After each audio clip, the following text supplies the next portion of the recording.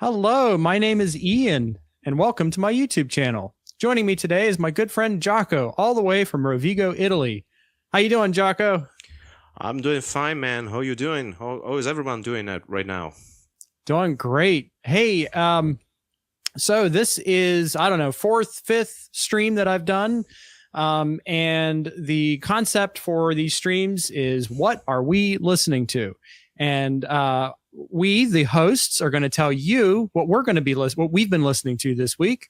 And the listeners, you can give us what you've been listening to too. And it's sort of going to be like a discussion that happens between the hosts as well as the guests.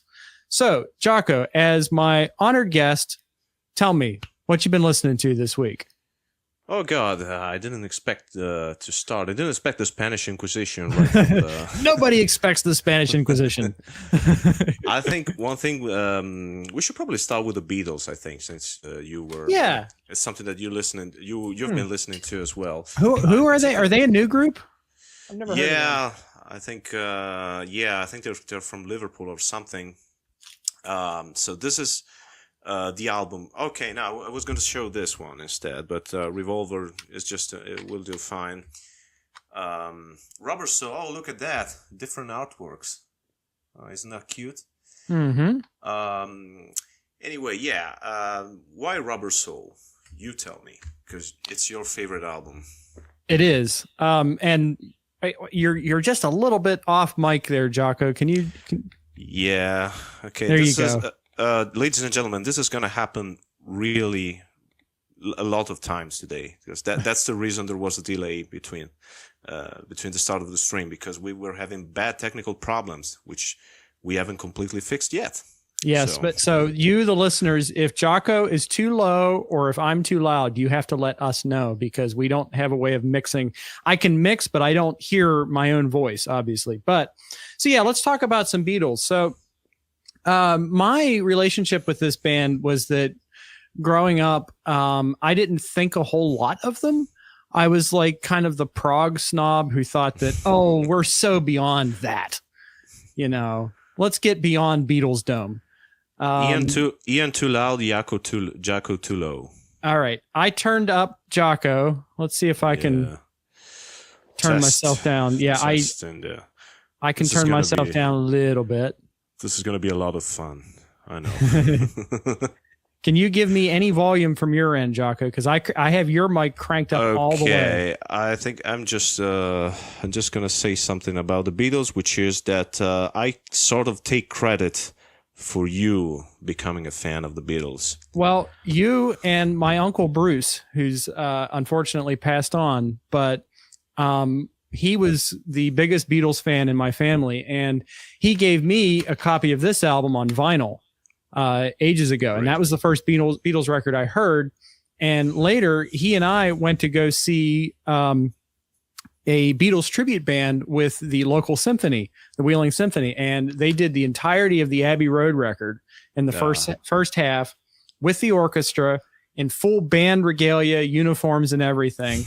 And then the second half, they came out dressed up like this, and they did, like a greatest hits, like they did Hey Jude and The Long and Winding Road and some of the older stuff. But that was a significant performance in my life, because I asked my uncle, hey, let's build a studio. I'm about to graduate college. Do you want to build a studio with me? And that led to the next summer, I built my first studio, which was Shed Sounds.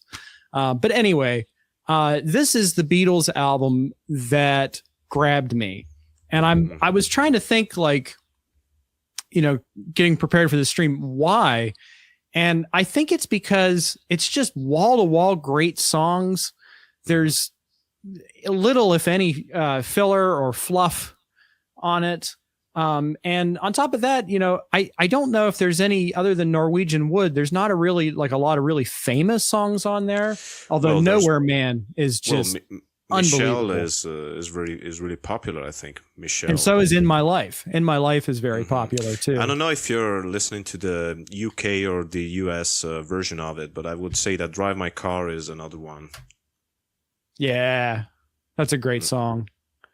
But it's wall to wall great songs, and it's also one of the earliest albums, I think, to mix genres.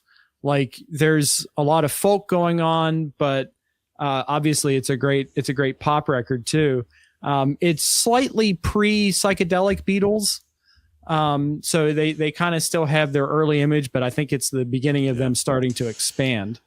And, this was right at the end of their, this was when I think they toured. Yes, I'm pretty sure they did tour this album. But this was the very end of the live performances, because I think they did a tour for Revolver, but didn't play anything out of it. So that was last time. Yeah, that was the last time they made an album and made a proper tour for it. So it's sort of like their English Settlement in a way. Yeah, without a mental breakdown. Yeah. But one of the things I wanted to mention, because I visit my grandmother on the regular. I go down and visit her about once a week. And she just told me one day, hey, I saw the Beatles on Sullivan. I love the Beatles. And I'm like, wow, Grandma, I didn't know you were a Beatles fan. So I brought down like the whole stack, and we played these 3 albums in a row on her system. And one thing that struck me, because, this obviously is 1965, yes. And then you go to Revolver in 66, and there's more growth, I feel, between those 2 albums than many bands ever undertake. Like it sounds like they're 10 years apart, not a year apart. Well, you have to consider how fast the Beatles worked, because in between Please Please Me and Let It Be, there's just 7 years of difference, because Please Please Me is 63, and then Let It Be, the final album, is from 1970. So the Beatles really did everything in a really short period of time. They're a bit like Zappa in this aspect, because they did cram a lot into just 7 years of activity. I'm laughing at Pontus's comment. Pontus is listening from Sweden. It was the LSD. I think Rubber Soul was the Pot album. That was the one where they weren't necessarily performing well under the influence, but they were smoking pot and doing a lot of writing. Well, I have one book that George Martin wrote about. It's about Sgt. Pepper, really, but it talks about everything. And he says that the Beatles never recorded music under the influence, because they knew that it would sound bad and they would have to do it from scratch. Right. Mm-mm. What was the first name before Revolver? Abracadabra? Don't know here. I don't know what to say here. But back to Ian LaBelle's comment, you're absolutely right, because the song She Said was inspired by an acid trip. Wasn't that the one where everybody was dosed? And it was like Peter Fonda or somebody was talking about, hey, man, I know what it means to be dead. And John Lennon's like, dude, no, don't talk about that. We're tripping, man. Don't bring that up. And you want to know something funny about that song? The bass playing is by George Harrison, because Paul McCartney. Right? They had an argument with Paul McCartney, and he left the studio. So George Harrison plays the bass on that one. Wow. See, that's like the Let It Be sessions, a preview for the Let It Be sessions, isn't it? All right. So something interesting that you mentioned is that this album here really has a lot of diversity into its barely 30 minutes. Now, I know a lot of people like the US versions of it, which is basically, it's not that different. It has a couple of songs from Help and 3 songs that were left off and released later on an album called Yesterday and Today. But I feel that like the US version is trying to uniform something that really doesn't need to be uniformed. And that's interesting, because many people, the people that grew up with the US version of Rubber Soul, find the UK version disjointed, which is I think the beauty of it. Okay, what's this awkward pose for? Okay. I was reading, Paul plays bass on the outtakes of She Said, and you can hear him speaking. The story about him not playing bass on it is dubious. Well, fair enough. Okay. No, I don't know. I haven't heard those outtakes. So we don't have a TARDIS, so we can't go back and see them making it. Well, it's possible. I mean, it's possible because there certainly are a lot of legends, around the Beatles studio sessions, right? Something that happened and then didn't really happen. I think Right. The Get Back movie itself disproves a lot of rumors, like the Beatles having punch-ups in the studios, and there's some of the tamest arguments I've ever seen between people. What do you think of the remix of She Said, She Said? We've touched this on a previous stream, but my opinion is that Giles Martin's remixes do not really make things any better. Yeah. I think I heard the Sgt. Pepper one, and while I appreciated the repositioning of the instruments as kind of like, trying to make the best of both worlds between the stereo mixes and the mono mixes. Of course, the mono mixes are the canonical ones, and the stereo ones were kind of rushed. And it's unfortunate that the stereo versions are the ones that have now replaced the mono versions, like on streaming. And of course, my copies are all stereo. Yeah. So it's nice that Giles was able to try to split the difference between the two and try to make the best of both worlds. But oftentimes his remixes can be very heavy handed in terms of compression, which is something I don't much care for. I'm fascinated by all of this discussion about the American version versus the UK version. I'm such an idiot. I didn't necessarily remember or realize that there had been two different versions, probably more remember. But my version, and the one that I'm most familiar with, I believe, is the UK version. Yeah, because yes, it does open with Drive My Car. Yeah, Yeah. The US version starts with I've Just Seen Another Face from the Help album. And I think my issue with the US version is that three of my favorite songs are not there, including Nowhere Man. Yeah, that's a mistake. I'm sorry. I know that song has a lot of fans, but It's Only Love, which is one of the songs that were originally on Help and which became part of the US Rubber Soul, I think that's one of the biggest pieces of crap that John Lennon ever wrote. And he agreed with me, so I'm justified in saying that. Well, was there anything else we wanted to say about these two records? Did we want to talk about Abbey Road a little bit? Pontus actually brought up Abbey Road on my stream with Scott yesterday on the Prog Corner. I believe that was Pontus who brought that up. And he was saying that whole second half of it is one of the best progressive albums. And I agree. That whole second side suite on Abbey Road is terrific. What were you going to say, Jaco? Well, that's the actual final album. I mean, it wasn't the last one to be released, but that was meant to be, the closing chapter of the Beatles. I think it's a great album. It's a fine way to go out. My problem with some of the Beatles songs is that it's the overexposure. For example, I can't listen to Come Together anymore. Like my body physically rejects that song, but that's not a good reason to pan the rest of the album because there's some great stuff on it. I may prefer side one a little bit actually because I Want You is on that side, and that's my favorite cut on the album. I saw my introduction to I Want You was Martin Barr's version. I saw Martin Barr play the Cleveland Music Box, and he did that one, and he did Eleanor Rigby.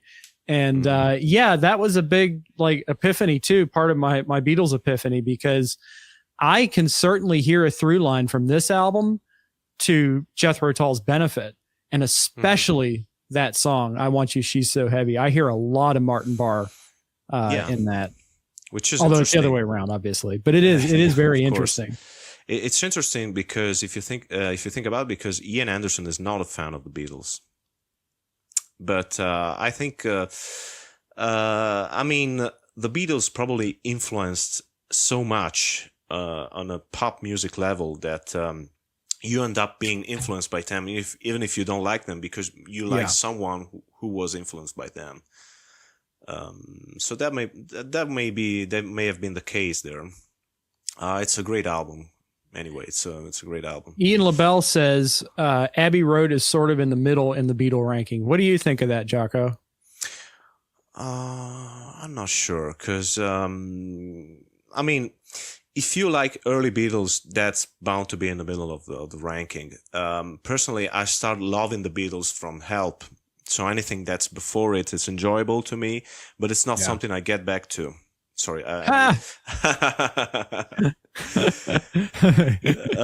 think Abbey Road. Say you intended it. Yeah, I mean, I that was subconscious, but let's keep it. Freudian slip. Yeah. I think I don't know. I like that album quite a lot. You know, in spite of the fact that it opens with "Come Together." See, I've always liked that song. It's something about that bass line, and of course, King Crimson lifted it for Cat Food, which is kind of fun. Well, Ike and Tina Turner did a very good version of it, of that one, of "Come Together."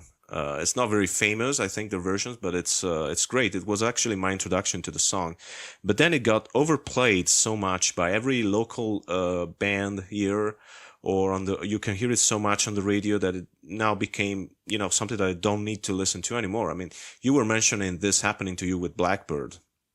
Right. Well, yeah, that my issue with Blackbird, and that goes in with Ian's next comment about the White Album. My issue with Blackbird is that I used to go to like local bars and stuff and see singer-songwriters perform, and I heard a million bad covers of Blackbird in my life before I ever heard the original, the authentic version. It's a bit like Leonard Cohen's Hallelujah. Yes. You know? That's the same effect. Yes. Or any Oasis song, except that the Oasis songs weren't good to begin with. I'm glad you said that, because I don't have to say it. Anyway. So, well, I'm sorry, what were we going to say, Jaco? I was going to say something about, Rubber Soul. I was just going to mention a couple of songs that I like. One song that I like a lot that doesn't get mentioned much is If I Needed Someone. Mm-hmm. That's a great riff. And then there's also a little bit of a controversial song, which is Wrong for Your Life, which is one of the few songs that John Lennon regretted writing because of the lyrical content. Is that right? Yeah, you know the lyrics. I'd rather it's a little aggressive. Yeah, which is interesting because he didn't even write that line. It was previously on a song that I know Elvis Presley did that song, but I don't think Elvis Presley wrote the song, and I can't remember the title of it.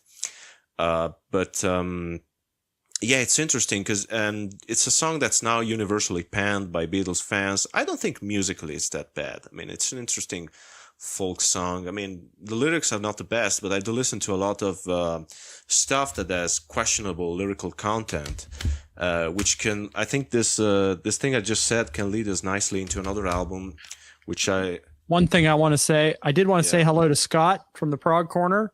Scott was kind enough to invite me on his channel yesterday, and I had a lot of fun. So good to see you, man. Go check out the Prog Corner after the stream, obviously, but go check out the Prog Corner. That's a great channel. Yeah. Jaco, what's your number one favorite Beatles album before we move on? Revolver. Revolver. See, mine is it's between Revolver and Rubber Soul. Definitely. I'm kind of like a mid-period Beatles and Magical Mystery Tour. I think is very, very strong. Very, very strong. Yeah, and that wasn't even assembled by the Beatles themselves. It was originally on an EP. And then Capitol added side 2, but it turned out so well that they made it a canonical album. So that's great. Anyway, speaking of objectionable lyrics, potentially objectionable lyrics, I think we should probably... I know where we're going. Talking about. I know where we're going. No, I wasn't going to go there, but that's okay. We can talk about that. No, we can talk. We're not stuck with this. What was the other objectionable lyric? Because I would like to know what's more object. Oh, those guys. Well, that one's kind of safe, but maybe we can talk about that one next. But yeah. All right, Zappa New York. That's one of my all-time favorite albums by anyone. Yeah, I know. I like how Johnny B says "smell the glove" because smell the glove. It's very likely that the scene where Nigel Tufnell, and this is Spinal Tap, by the way, we're talking about. Yeah. The scene where he's playing Lick My Love Pump. Yeah, Lick My Love Pump in D. And it's this very soft and tender ballad is definitely a Zappa reference. Yeah, and I think Zappa pastiche. I think definitely a Zappa reference to a song that's included on this very album. Should I mention the song? Should I mention the title of the song? Well, it's the rude originally one? called it ended up being called Leather, Exactly. but this It's version something is about, called. I promise not to come in your mouth. I'm going to say that because that's, we are not for censorship on art. The one in which Eddie Jobson plays the beautiful Mini Moog. Is it a Mini Moog solo? What is that? Yeah, I think so. And if you have a release called 4 Decades Live by Eddie Jobson, where he's playing music from throughout his own career, he's doing a great version of it. Oh, yeah, fantastic. Oh, yeah, that's great. I'm just going to show... I mean, that's not the original. This is the second press of it, because Italy was one of the few places where Punky Swips came out. And this copy here doesn't have Punky Swips, unfortunately. But yeah, Zappa New York, I think it might be, as far as I'm concerned, Zappa New York may be tied with Roxy and Electrique as the best Frank Zappa live album. Which is, it's not really it's not a really popular album, even because it was unavailable for so long. What's that? It's a the Zappa fake, band. Yeah, Palladium ticket included with the box set. Ah, great. Isn't that cool? Go ahead. I was just providing a visual aid while you were discussing this great album. Yeah, I was going to say that I think the reason it's not that popular with fans is that it has such a strange, release history, because it came out mangled in most of part of the world, including the United States of America, because they had to cut Punky Swips from the track order.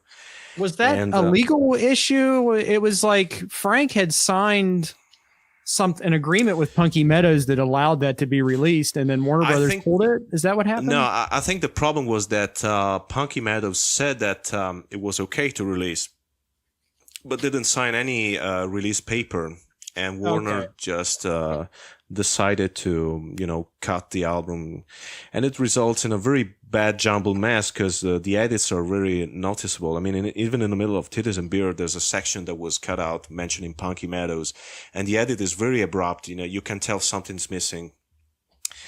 I was going to say, so the album came out mangled, and then since it was part of the last 4 albums Zappa released on Warner Brothers, it became out of print really quickly. It was unavailable until it was released on CD, this version here, and unfortunately it's a very bad remix, I must say. Mm-hmm. It adds a lot of cool content. I mean, there are 4 extra songs here, and they're what are the extra songs? I know it's Cruising for Burgers. Cruising for Burgers, yeah. I'm This Line with Don Pardo.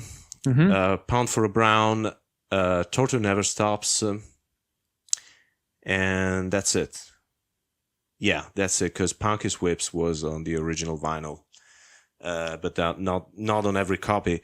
And it's too bad, because these versions that Frank picked for this CD remix are better takes compared to the ones that are on the box sets. Mm-hmm. But they really sound bad. I mean, there's a lot of reverb, bad equalization. I really do believe that Frank replaced the Terry Bozio's kick drum with the Chad Wackerman sample here, because it sounds too different. But one thing that I want to show about my copy here, if I can pull out the booklet without ripping it apart, is this signature here. I don't know if you can see it. This is Lou Marini's signature. The Blues Brothers Lou Marini, right? Yes. Didn't you see like a Blues Brothers showing? Yeah, and he was there. And first of all, I was expecting, by looking at the movie, I was expecting a very tall man. He's really short. I wasn't expecting that. Yeah. He's a really nice guy, and we talked about Zappa for a minute or two. And one thing that he told me was that the thing that he remembers the most about those Palladium shows was that Frank told him to play another woodwind instrument for the Black Page #2. And this happened between the first and the second show. Just do that. And for the second show, Lou Marini played it on the original instrument, and Frank made them do the song once again live on stage. So they played the Black Page Part 2 twice because Lou Marini had forgot to change the woodwind instrument. So that was kind of a public humiliation. And what's even more humiliating is that the first version of the song, the one played incorrectly, is the one that ended up on the album. Oh, geez. By the way, you need to be like right on top of your microphone to get any tone. How is our mix, by the way, out there in the audience? Is he? Are we a good volume relative to each other? You'll have to let us know. But the one thing I wanted to say about the Zappa New York album is that for some reason I had grown really distant and cold toward this album. Like I didn't like it that much. I thought it was inferior to Roxy and Elsewhere. And when you mentioned wanting to talk about it, I was like, okay, I want to hear that again. Because I do have the box set, and I actually bought the box sets for the extras, the 3-disc extras. But I just sat down and I listened to the whole record last night, and I was like, you know what? This is pretty great because it offers a cross section of many different phases of Zappa. And I think that may have been something that he was fond of doing at that point in his career, because Shake Your Booty is kind of similar in that regard. Like it's got like some of the comedy numbers, but it's also got more serious composition on it. It's got great guitar solos. Glad you mentioned it. Yeah, there you go. But Zappa New York is kind of like that, but it's a live album. Even though I know Baby Snakes was Basic Tracks live, but Zappa New York has more claim to being a live album. Plus, you get the SNL horns, which is an outstanding sound. In many ways, a precursor to the 1988 tour where he had the full horn section. What I noticed probably more than anything is that at this point, Frank's guitar playing had really reached some incredible heights.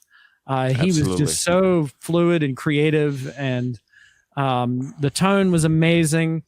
And this is, again, Frank in complete control of the band and his own performance and the compositions. And there's great, I mean, it's just wall to wall great stuff from there's fun stuff on it. Like Honey, Don't You Want a Man Like Me, which I don't know. Maybe I'm immature, but it makes me laugh. I like that song because it's like a little rock opera, actually. I mean, the music is responding to the lyrics. I mean, I know people tend to think it's a stupid song, but I think it's a good stupid song. Yeah, sure. Well, I think that both parties kind of come out not that great. Both the man and the woman, neither one of them really comes out of it looking. I think one problem with that song is that Frank performed it so much, and none of the versions of it, at least for me, are as good as the one on Zappa New York. Her favorite group was Twisted Sister. Actually, there was in '84 for a brief period of time they used to say Echo and the Bunnymen, which was also very funny. What would you say is the best mix of the album? The original one, absolutely, without no question. It really sounds amazing. I mean, it's not just the remix that sounds bad; it's that the original album sounds great. It's really it's like high fidelity record, as far as I'm concerned. And it's fantastically well recorded. And the remix is just a shrill mess with excellent bonus stuff, which is frustrating as hell. So Johnny says these bonuses should have been remixed for the deluxe. I was under the impression that they were. So that's not the case? No, really. I mean, there's some of it is on the box set. Like the extra take of Cruising for Burgers is the same as but it's not the version. Yeah, but it's an original 1977 mix, and it doesn't have the Zappa guitar overdubs on it. It sounds great. But like, for example, I like the fact that they picked different takes, because the more we have, the better.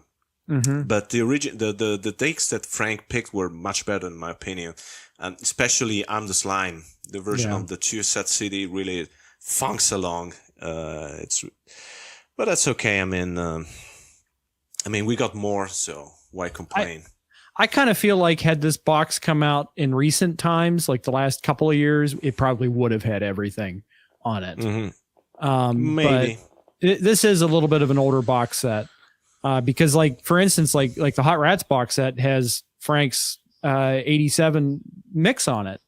And so does, I think, Lumpy Money. I guess that was a little earlier, but yeah. I think Zappa New York came out the same year as the Hot Rats box set, by the way. Okay. 2019. Yeah, a few months. Yeah, I forgot about the timeline, but yeah, I remember Johnny that. Sorry. Yeah, I remember that because the Italian Mickey Mouse magazine actually plugged Zappa New York, which is crazy to me, but they did. The box has the original mix, but the censored. That's another thing that kind of sticks in my craw, so to speak, about the box set, is that I do think that Punky's is a key track. It's the centerpiece of the album to me. Yeah, absolutely. One of the centerpieces, at least, because to me, the big centerpiece is the Purple Lagoon, because it's one of the best pieces of Zappa jazz, if you can call that. Yeah. Which is another thing I wanted to point out, is that only Zappa could make, only Zappa could make a band with Eddie Jobson, Ruth Underwood, and the Brecker Brothers. It's fantastic. I mean, it's maddening to me that there's this group of people playing on a live album, and they sound amazing, each and every one of them. Yeah. By the way, it's I'm sad that they used the censored version, because it's really it's easy to assemble yourself. Yeah, an uncensored version. Not that we would condone such things. Yeah. Okay, we had a couple questions. Ian LaBelle, I want that pig nose back there. Is it vintage? It is not. However, it has shown up on a number of my recordings if you'd like to hear it. It's on a song called The Flim Flam Man by Coloratura. The main guitar solo was played through that. Let's see. Zeb says, "Hey, Ian and friends." Hi, hello, Zeb. Hi, Zeb. I am friends. My name is Anne Friends. Hello. And I want to say hello to Salim from the UK. Hello, welcome, Salim. my friend. Thanks for joining us. Yeah. So what you got there, Jaco? I need to be ready.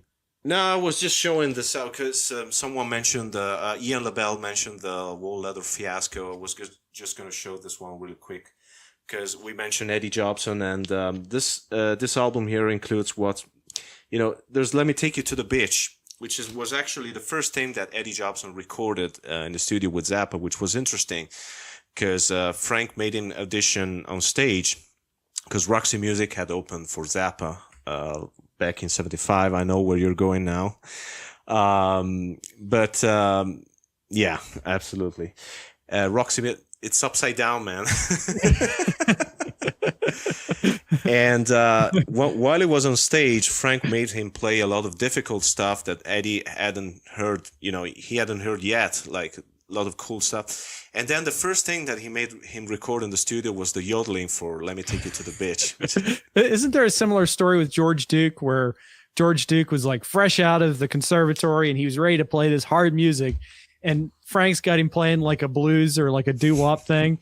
He's like, Frank, yeah. I can't. Like, listen, Frank, yes. I can't do this. He's like, what do you mean you can't do this? It's just pop, pop, pop, pop, pop, pop, pop, pop, pop, pop. Like, no, man, I can't do that. I mean, even Terry Bozzio said that during the audition, Frank would say, play this in 1917, play this in 2116, sorry. Play this, now play Louie Louie with the drums. Want to hear Caravan with the drum solo. Okay, so Ian LaBelle says he loves Roxy Music, and guess what? We all do. So do we. This is the newly released Dolby Atmos mix from the legendary Bob Clearmountain. And what a wonderful work of art this is. It's not easy to come by unless you live in the UK. So, Salim, you don't have an excuse, buddy. But yeah, I had to import this sucker, which it took some decision, yeah. All right. I decided to do it. But you know what? I'm glad I did, because it sounds outstanding. And this just might be the best Dolby Atmos mix I've heard to date. I guess that's a preview for my upcoming video, which is going to be the top 5 Dolby Atmos mixes of the year so far. But this is absolutely phenomenal. But I don't want to just talk about the technical things involved with this album. I also want to talk about how great of an album it is, period. And I watched a video about the making of this album, and perhaps you guys will have to correct me if I get anything wrong here, but I didn't realize that so much of this had been actually crafted in the studio. Oh yes. And they'd sort of laid down some drum tracks, like drum machine tracks, and they kind of improvised around it and built it up around the improvs. And the whole thing was about setting a mood. And that is the best way to describe this album to me. This is like tearing down the highway at 2 a.m. at high speeds on a sweaty summer night. Just a particular kind of sound to this album. Mm-hmm. And for me, I just wanted to point out, and I know that you're chomping at the bit to say something, Jaco, but Take a Chance with Me is an absolute masterpiece of a song. And it's like my favorite, because the first minute of it is just this like exploration of delay with just these little sounds coming up. It's almost like in the Colony of the Slippermen, the opening of that, where it's just like these little sounds just kind of creeping in. And then I never thought about that. I did just now. So hey, but man, when the song kicks in, it's like, wow, chills, man, chills. Yeah, this is probably my favorite Roxy Music album, but I will turn this over to you, Jaco, because I know you want to say something. No, I was just going to mention that if you know where to look around, there are actually working tapes from Avalon, or, they're circulating where you can hear the songs.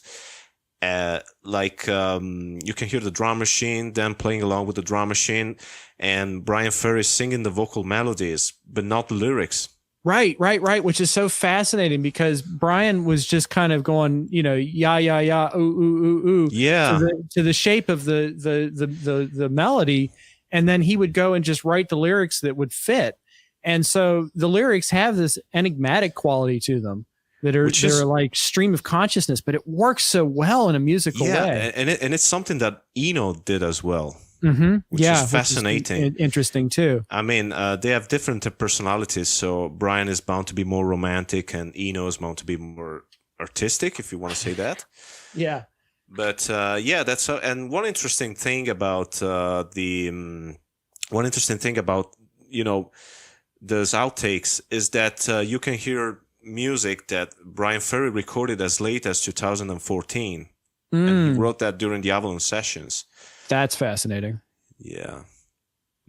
Salim says Avalon was very successful in the US, but it's the early albums pre-1975 that appeal to me, especially their second album. And I did have this on my listening list this week because as much as I love Avalon, it is kind of very oneness. It's kind of like the same thing, every song, which is fine. Like sometimes I'm in the mood to just hear, a particular aesthetic for the entire duration. Yes.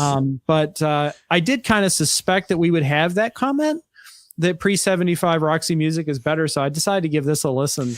I'm sad that everyone says, Salim said pre-75 and Ian LaBelle said he prefers everything before Siren, because my very favorite Roxy music album is Siren. So Siren's a great record. Yeah. So I can't agree with you guys on this. Siren is a fantastic record. Yeah. She Sells, that song that was written by Eddie Jobson. Yeah, that's the only song, Roxy music song Eddie Jobson wrote, by the way. That's got one of my favorite lines in any rock song. Now you're speaking in headlines, up to the moment and free. There's a lot of great moments on that album. Do you remember the segue between End of the Line and Sentimental Fool? There's this long ambient segue. A little bit. I need to play that album again. It's been a little while. Yeah, Phil Manzanera sounds a little bit like Robert Fripp there, because he's playing those long sustained lines. That's fantastic. That album, to me, it's the top. That and the first album are my favorite.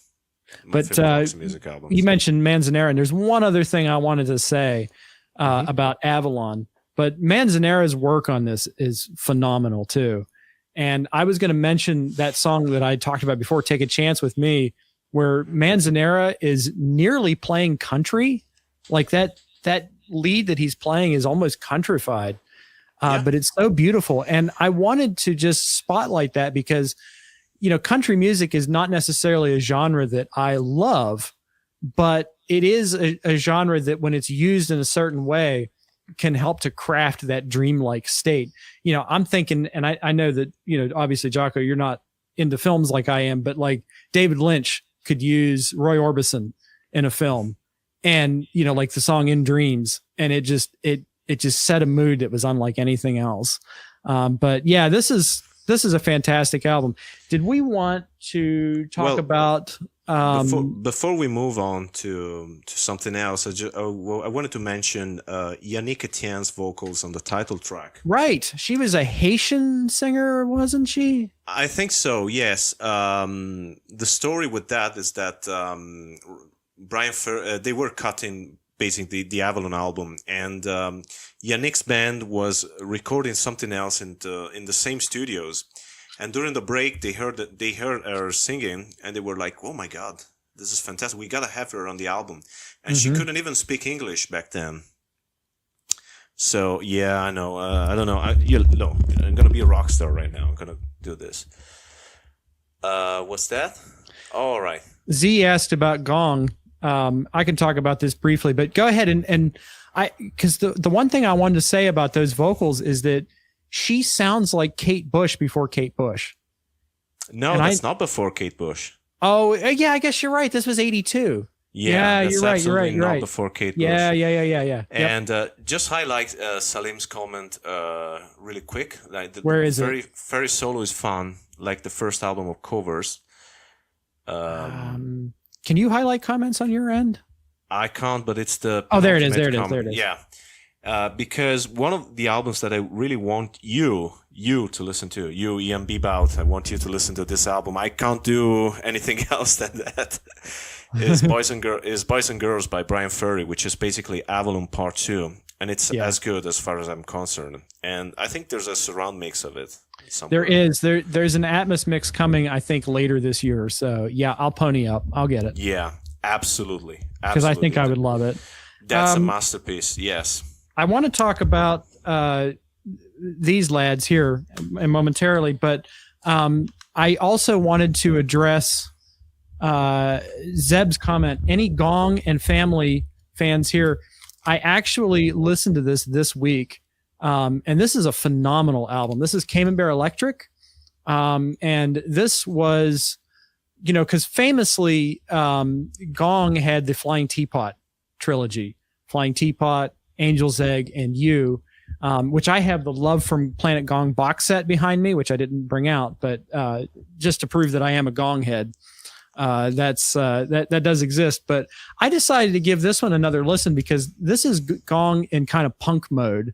And I think 1971 too. And I think what's fascinating about this album is, it's almost like we went from 1967, but 1971, 1972 never happened. This is so like reverential to Syd Barrett, Pink Floyd, and that whole era, and the optimism that comes through this. But another thing that fascinated me is that you have all of these references to the Pothead Pixies.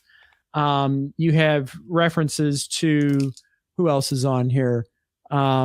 But the point is that it was almost like this was a warm up for the Flying Teapot trilogy. And, because You is kind of an outlier. And this is a question for you, Zeb. Do you think that the Flying Teapot trilogy is actually Camembert, Angels, and Flying Teapot and Angel's Egg? Because I think that these three actually fit together a little bit better than perhaps You does. Please, let's see. Salim Adams says, please recommend a Gong album to a novice like me. Is there one called Flying Teapot? Yes, there is one called Flying Teapot. I don't know if I would start there. It's not my favorite. My favorite's actually Angel's Egg. So I would either start with this one because it's pretty immediate and it's got a lot of attitude. But Angel's Egg is probably their best overall. But here's a couple other ones. I thought maybe you would like to address this, Jaco, because you're a huge family fan. I love the album that has what's the one that's got Fearless. Yeah, By that's the way, a great album. Before I start speaking, I did something with the settings now. With the settings, I can't hear you. Oh, fudge! Gosh, yeah. Hold on, let me try something. What about this? What about now? Okay, go ahead. No. Yeah, I can't curse. I can't even curse right now. You're much lower now. Whatever you did, undo it. I don't know what I did. No, because that's why. That's why. Now you're on. Okay, should be. What about now? It's pretty strong. People got to let us know though if it's level. The problem is we're so professional. Yeah, scream, Jaco. Ah! All right. Careful with that axe, Jaco. All right, what we were talking about. Oh, yeah, family. Yeah, definitely. Roger Chapman was a direct influence on Peter Gabriel's vocal style, and I would say on Derek Shulman as well. And Ian is now leaving for somewhere, and he's leaving me alone. Oh, yeah, Fearless. My very favorite one is music from A Doll's House. Doll's House is the best one as far as I'm concerned. And it even predates, I would say that it predates Court of the Crimson King as the first progressive rock album. Yeah, that's fascinating. Yeah. Saturday Barfly. That's my jam. Oh, man, I just love that. I can crank that up. That tuba part, womp, womp, womp. I like I like the stretch of songs that goes from Spanish Tide to what was the name of the song? Take Your Partners. Take Your Partners. Yeah, the whole album's great. Oh, Burning Bridges really sounds like Genesis on that album. The final track, Burning Bridges. Larf and Sing is like gentle, like proto Gentle Giant. Like you hear Derek Shulman all over this stuff. Yeah. Family's fascinating. That's a great one, guys. I'm glad, Ian. I'm glad you brought that one up. Rock needs more tuba. Yes. Let's see. All right. Should we talk about? Okay, we have a choice here. We either talk about Ween or we talk about the other British progressive rock band that we were. Well, we have two British progressive rock bands actually. Well, okay. Why don't we ask the chat? Are you more interested in Ween? Which we're going to talk about anyway. Okay, we got one vote for Ween. Oh yeah. So we got Ween, and then we've got A Waste of Talent and Electricity. Wait, I wasn't even thinking about that. Don't you have anything by Genesis there that you wanted to talk about? I do have some stuff from Genesis. Yeah, because we can talk some Genesis. I think we should talk about Genesis first and then Ween later, because it's just because we mentioned Genesis right now. But I just want to grab. I love the Residents. Jaco is not a fan, but I love them. I was thinking of actually playing some this morning, so that's a cool comment. It's not that I'm not a fan. It's that I simply haven't had the time to properly check them out. But as for Zeb never getting into Ween, bad, naughty. We're gonna work on rectify that. Yeah. Let's discuss that there are no good versions of it, and then there were three. I actually think this one sounds rather nice. So do we want to talk about And Then There Were Three and Duke? I think we should talk about And Then There Were Three. And one thing I wanted to say about that was that I may agree with him, actually, because if you listen to the remix, to me, this is Genesis' drum album. Like, when I listen to this album, I listen to what Phil Collins is doing on the drums. Because the songs are fine, but they're not really my favorites, not all of them. But the drumming on this album is unreal. And on the remix, the drums sound fantastic, but the rest doesn't sound fantastic. It sounds like crap. Okay, we demix the remix for the drums. We demix this mix and then we stick them together. That's what we do. We make the best version and we pirate it. Oops, no, we don't do that. So I'm going to probably disappoint some of our listeners and say that And Then There Were Three is one of my favorite Genesis albums. And yes, Undertow and Ballad of Big are not great songs. They're okay. They kind of, those two songs, I think that, like Undertow is kind of like a lesser One for the Vine in a way. Like you can kind of hear it trying to go in that direction a little bit, but it actually contains 3 of my all-time favorite Genesis songs. And those are, of course, Snowbound, Deep in the Motherlode. Oh, yeah. And The Lady Lies, but I would also throw in Many Too Many. Oh, yeah, that's a great one. That's like a Genesis blues tune. The way that Phil sings on that is just, it's just awe-inspiring. His voice on that track. You know what's funny about that song? They never played it live because Phil was uncomfortable with singing "Oh Mama," and then they had a hit called "Mama" a few years later. That's really funny. But I wanted to highlight, because Deep in the Motherlode was my favorite song on this album for a long time. And I don't know if anybody out there in the world loves that song as much as I do, but it's all of that. It's Tony Banks on that song, that groove that he's got going, that synth sound is just jaw-droppingly awesome. Just crank that thing up on a good stereo system. And by the way, as somebody who specializes in music production, I don't think the production is poor on this album. I think it's got kind of a weird EQ or something, but you kind of get used to it if you play it enough. And if you turn it up a little bit, it sounds pretty good. However, what I wanted to highlight was that, Jaco, you introduced me to this album on the strength of The Lady Lies, specifically the 3 Sides live version, which is a great song. By the way, I'm just going to correct you here. That live version is not on 3 Sides Live. It's not on 3 Sides. Which album is that on? It's on Archive Volume 2. Okay. I thought there was a version on 3 Sides. But anyhow, I had always liked this song. I thought it was really pretty. But last night, I was listening to it with my eyes closed. It was kind of later at night. And this thing grabbed me, man. And I think this is one of the things that makes Genesis last, is that when you first kind of brush up against them, it's like, yeah, it's okay. But then something about it just kind of worms its way into your head and it gets under your skin. And then it's like, months, years later, decades later, sometimes you might stumble on a Genesis tune and go, wow, this is something else. But what's the line? Take you to your cottage and I'll give you some food and sweets and something else if you like. And it's like, ooh,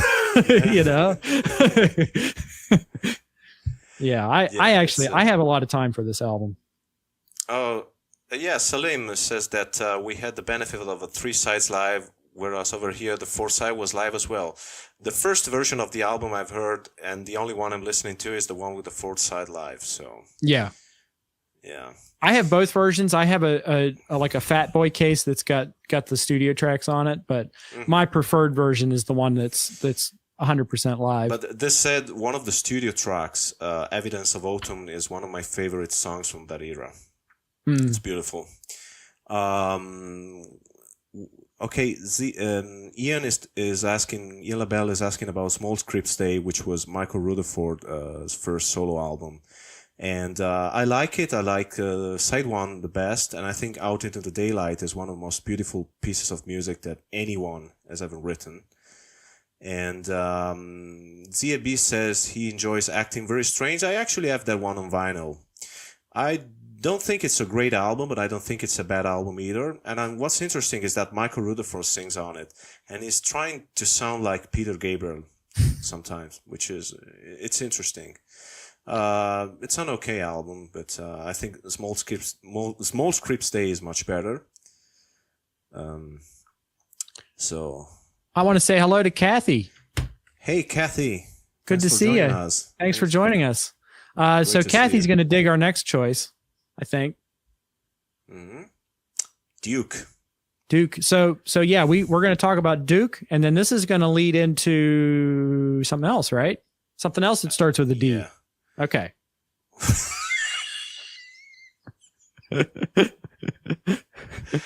Okay.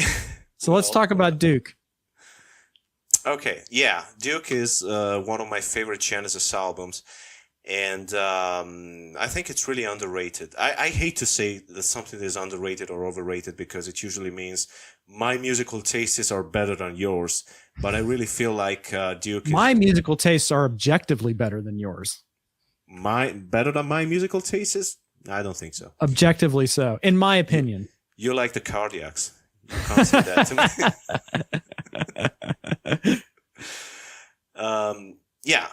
I think that's another drum album. Like what Phil Collins plays on the drums on that one is amazing.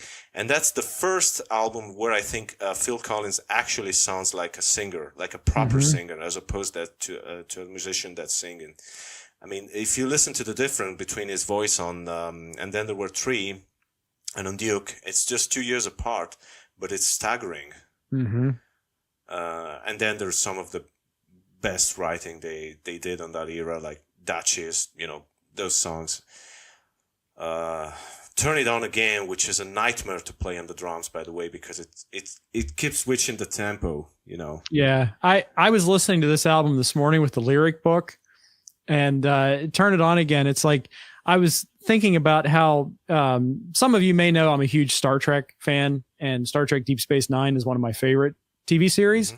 And I've said that one of the things I love about Deep Space Nine is that after a while, the characters on it are so rich that they start to feel like people that you know. And it's like those are I'm going to go spend some time with my best friends.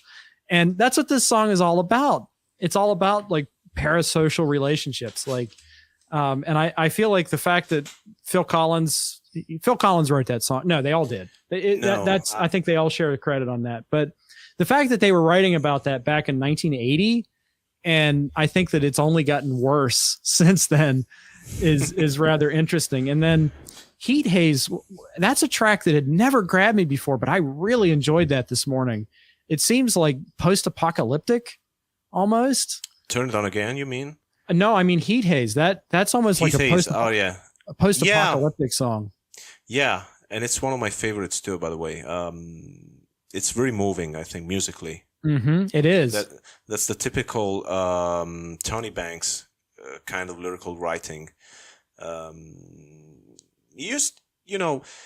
Tony Banks writes some very strange lyrics sometimes, because I don't. For example, I don't think the lyric for Fifth of Fifth, which he wrote, are that successful. I mean, the song is a masterpiece, of course. Yeah, but he would agree with you on that. Yeah, and then he writes something very profound and melancholic, like that one, or on the Weekend Dance album, Fading Lights, which is basically about getting old and dying, and it's a punch in the gut. So I would agree with you on the lyrical content.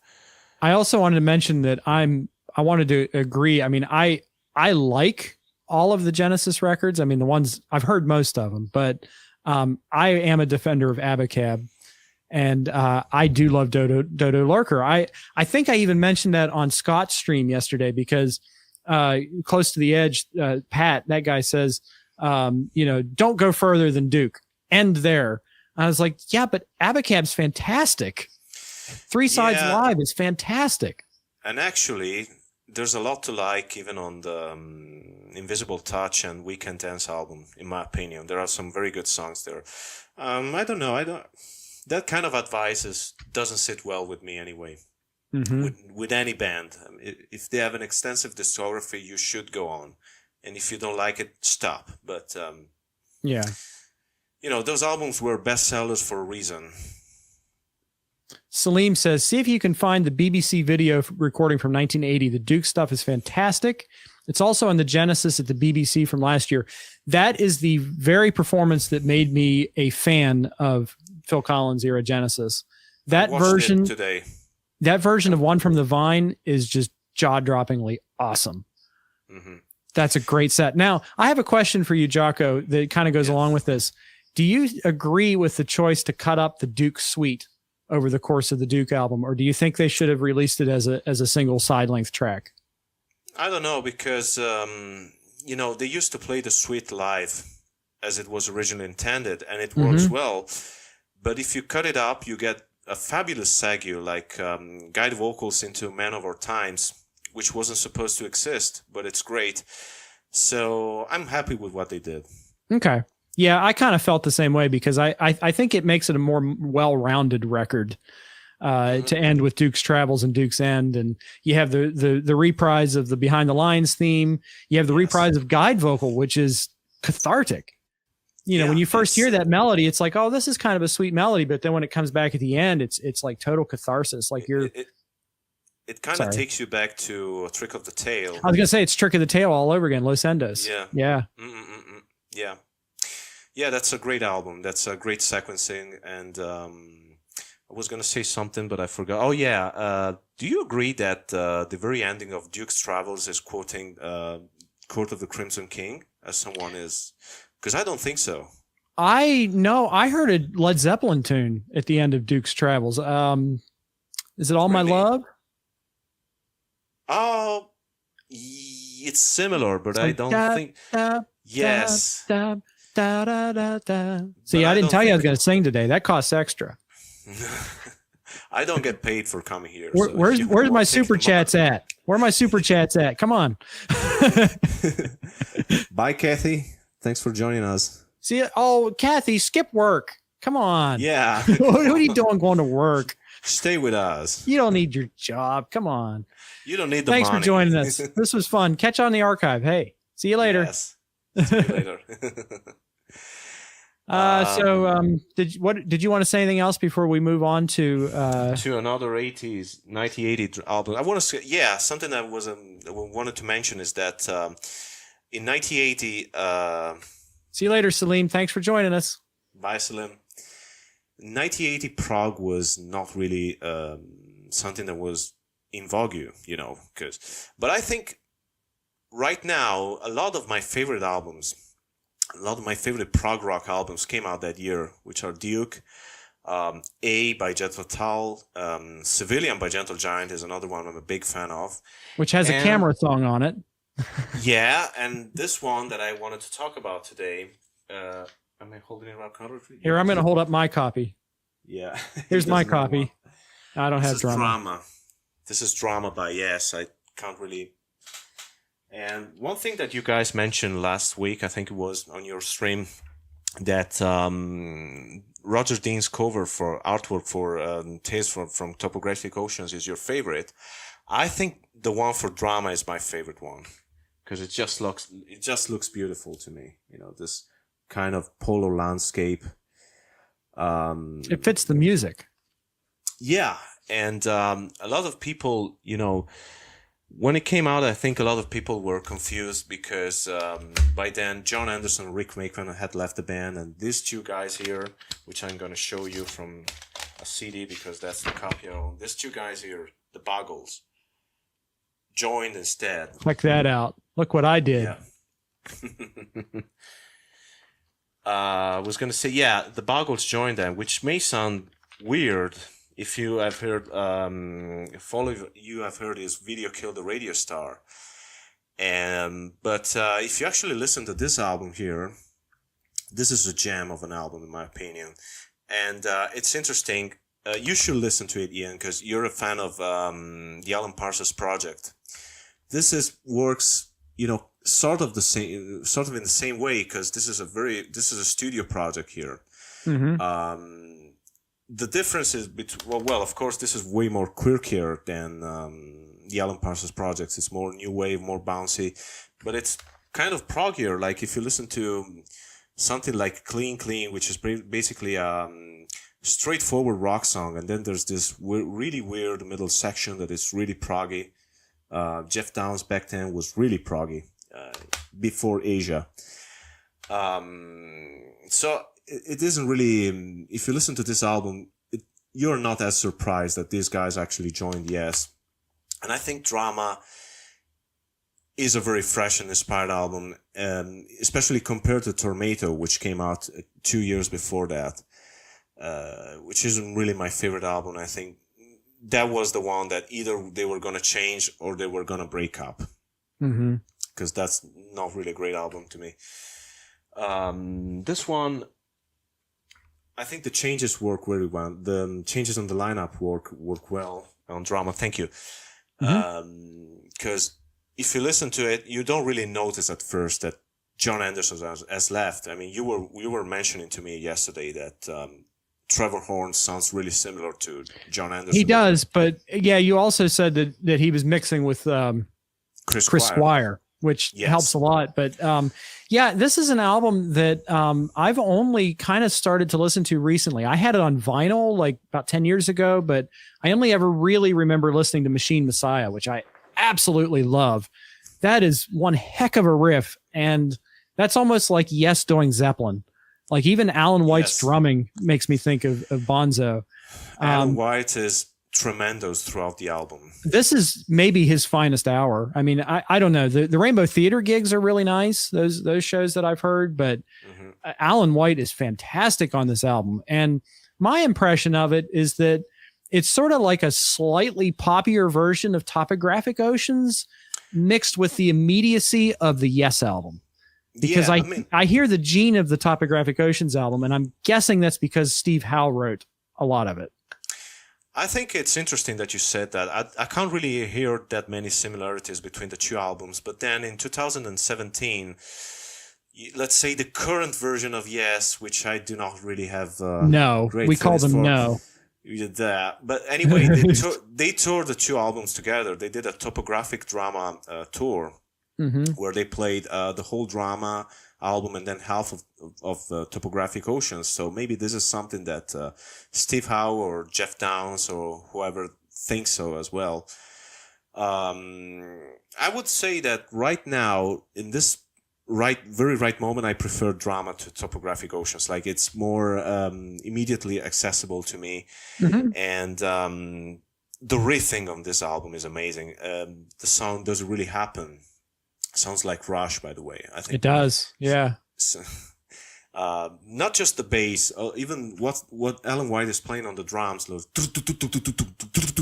Sounds something that Neil Peart could have come up with. And then the final track, Tempus Fugit. I mean, I should call it Tempus Fugit because that's how you pronounce it in Latin. Ted Nugent, is that what you said? No, I didn't say Ted Nugent. You don't want us to be demonetized for saying such rude words. It's the Wango, the Tango. Sorry. I like that album, by the way. I'm unashamed to say that. I like that album. But anyway, yes, the final song on the album, there's a clip of them playing it.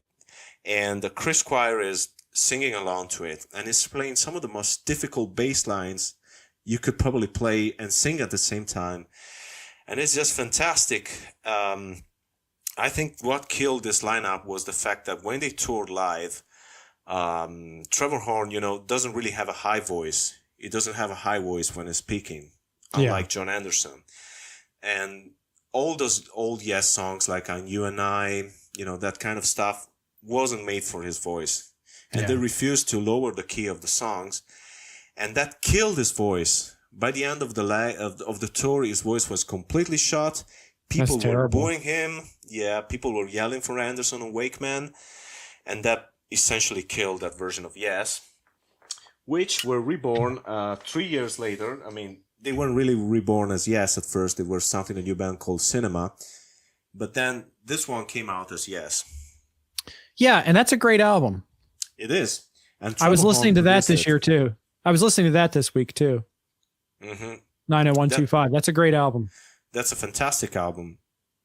It's actually one of the first I heard by Yes. Yeah. So I'm not, I don't really care about this whole Trevor Rabin versus Steve Howe. I mean, if it's good, it's good, no matter who plays on it. Yeah. Which is my main issue with the current Yes albums. The fact that Chris Squire and John Anderson are on it. I mean, I care, but I don't like the music. That's the big deal for me.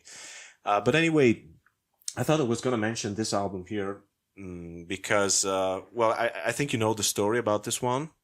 Like at first, it was Alan White and Chris Squire that were forming a band called Cinema with a guitar player from South Africa, Trevor Rabin.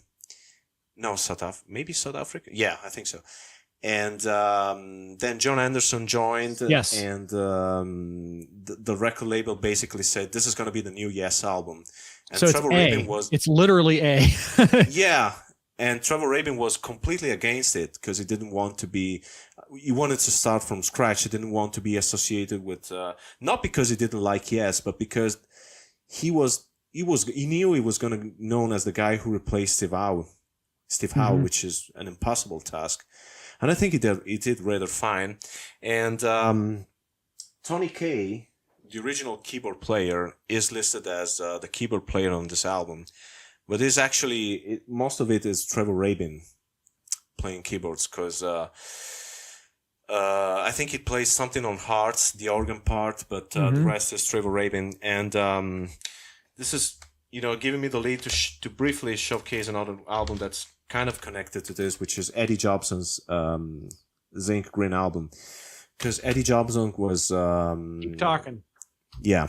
Oh, God, I'm going to get nervous now. Eddie Jobson was...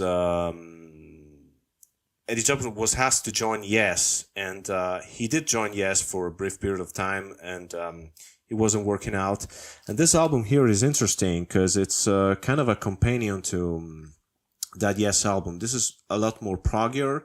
Yes album is a little bit more pop, so it wasn't really going to be a success. But you should listen to it because it's really influenced by Yes.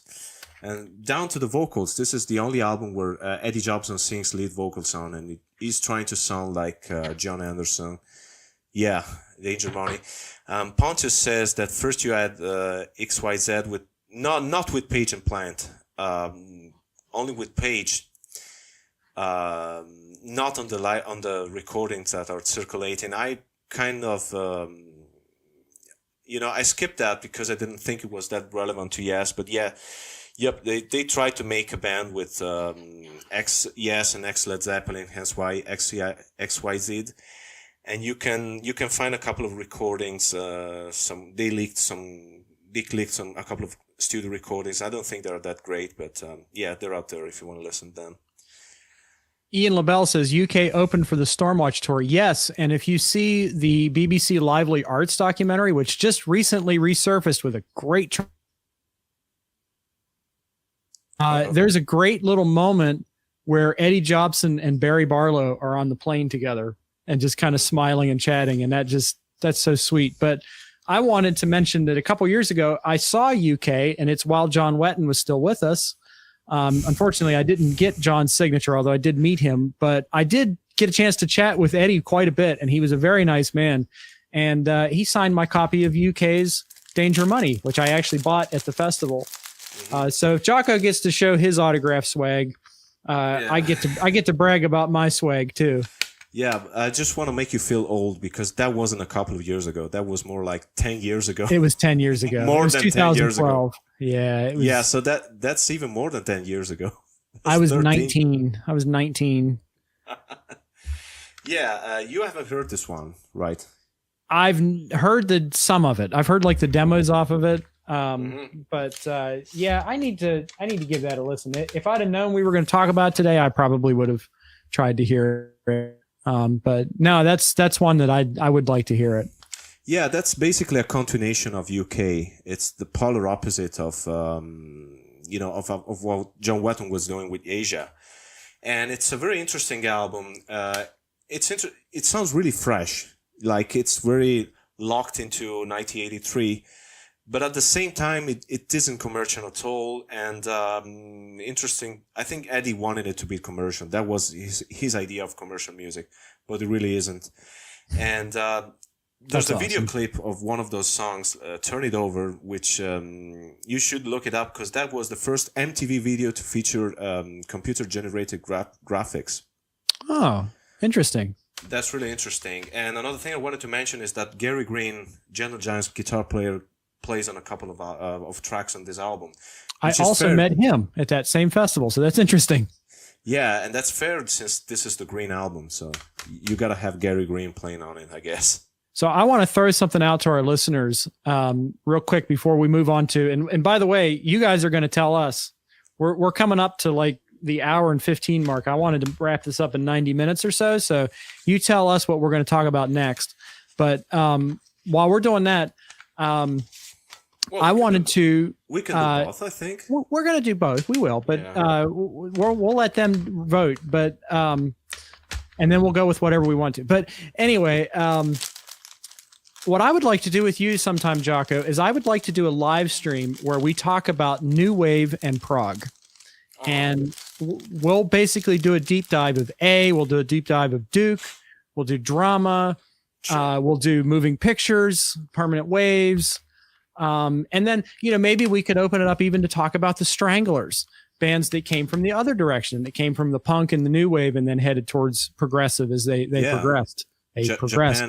Japan as well, I think. Japan, yeah, sure. So, you folks in the studio audience tonight are going to have to let us know if that's something you'd be interested in seeing, because I think that even though I enjoy this "what are we listening to" idea, I think it would be kind of cool to extend it to other topics, and like maybe we could do a new wave prog appreciation / discussion. So I think we have a 50-50 Ween and ELP vote. So let's what were we? It's not 50-50 because Johnny had said Ween earlier. Okay, where's Johnny's comment? Johnny's it's way when we first showed. Okay, well there he is. He said it again. Yeah. Well, I say that people probably want to hear us talk about this, so let's make them wait. Yeah. One thing that I wanted to say about Ween is that they are everything I love about music, and I'm not making this up. Like every quality a band should have, Ween have them. They have the sense of humor. They are very good at playing instruments. They can write in a lot of different styles convincingly. The melodies are great. The singing is great. The guitar playing is great. And I think I picked this album here because that's my personal favorite. I don't know if it's yours, Ian. But it's between that one and White Pepper maybe are my two favorites. Which isn't really that far from those two albums are sort of like their version of Apple Venus 1 and 2. It's like they're very close together in my mind. Well, Quebec is I would say it's their blue album because they really weren't happy when they recorded it. Thank you for showing that. Because Gene Ween was going through a divorce, and a lot of songs on the album are about that. And then, of course, Claude Coleman had, their drummer, Claude Coleman, had a terrible car accident and was in a coma where they were recording the album. So that was a pretty unhappy period for the band, and it really reflects into the music, into the way the album is assembled. But it's fantastic. And they have a lot of sense of humor anyway. I mean, the album starts with, it's their softest album, and it starts with a song that sounds like Motorhead.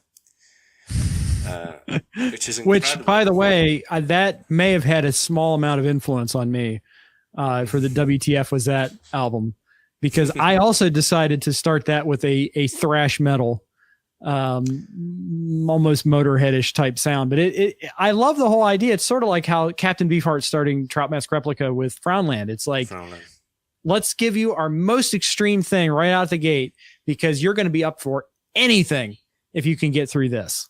Yeah. That's why I love that song. Yeah, I mean, it's not like this album is without humor. I mean, So Many People in the Neighborhood is obviously a tribute to Devo, for example.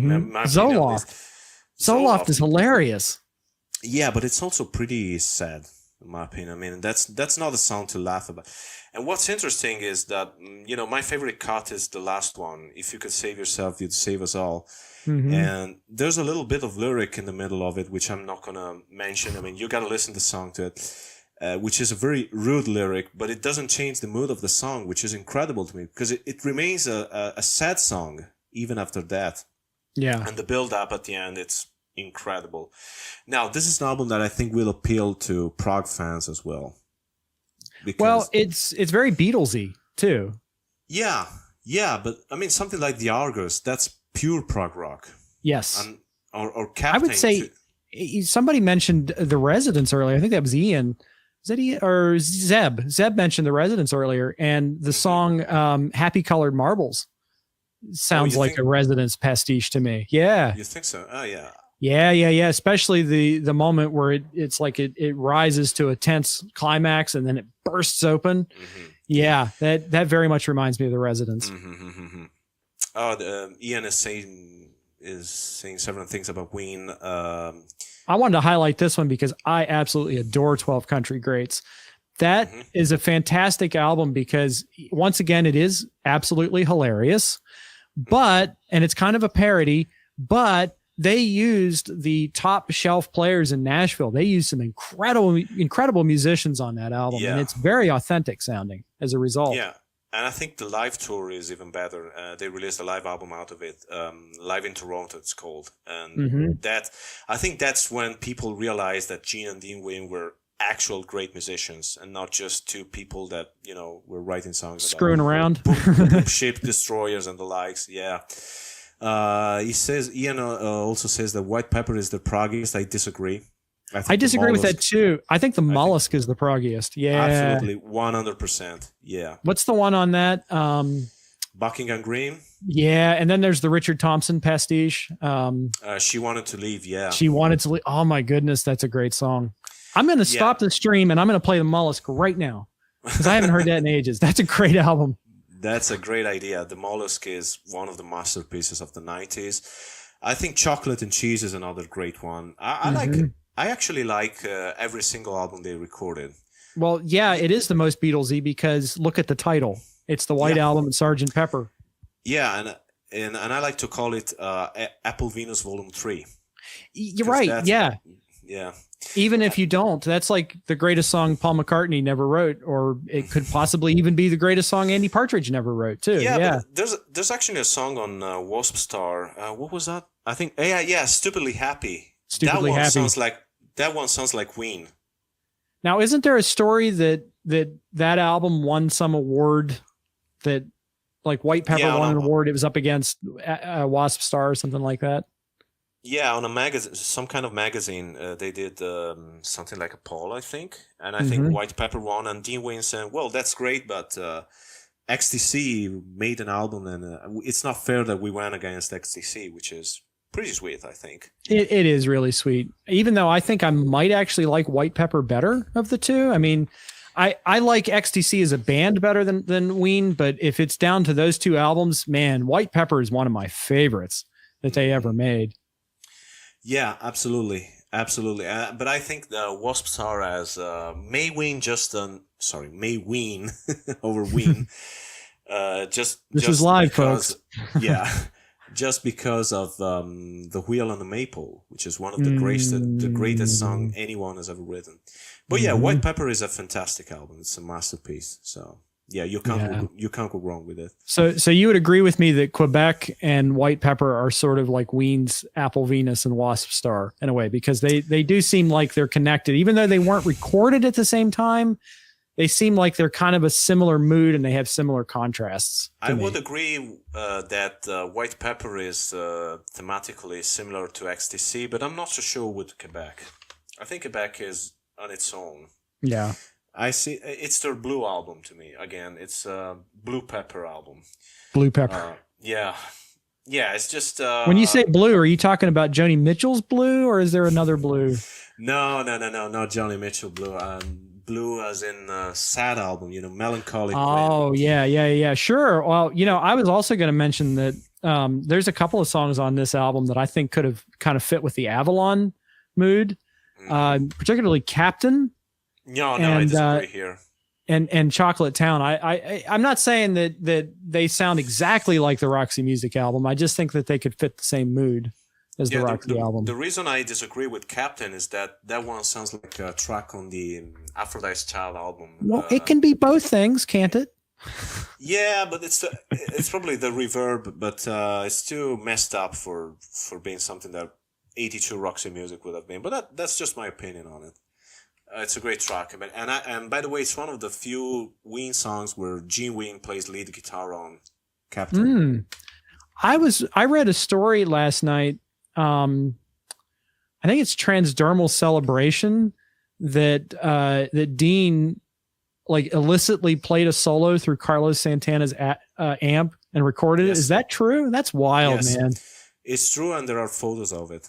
And Dean Ween said that 15 years after it happened, because I think something that probably was illegal to do it. But if only he'd have played the Carlos Santana secret chord progression too. Unfortunately they're not Zappa fans, but it's their loss. It's their loss indeed. It's their right, and it's their loss. Oh, Ian says he saw Ween in Vancouver when they imploded. Oh yeah, that's a very infamous show. I don't know if you know that, but they did play in 2011, I think. And Gene Ween was in a terrible state, like he was in no state to perform, and it made the news and it was terrible. But I think that was the start of Gene Ween becoming sober. Mm-hmm. So in a way, I guess maybe it saved his life. I mean, but yeah, if you watch the videos of that show, they're not good, and everyone looks really pissed off on stage as well. Yeah. So let's discuss a waste of talent and electricity. What do you say? Oh yeah, I think you want to talk about this album, right?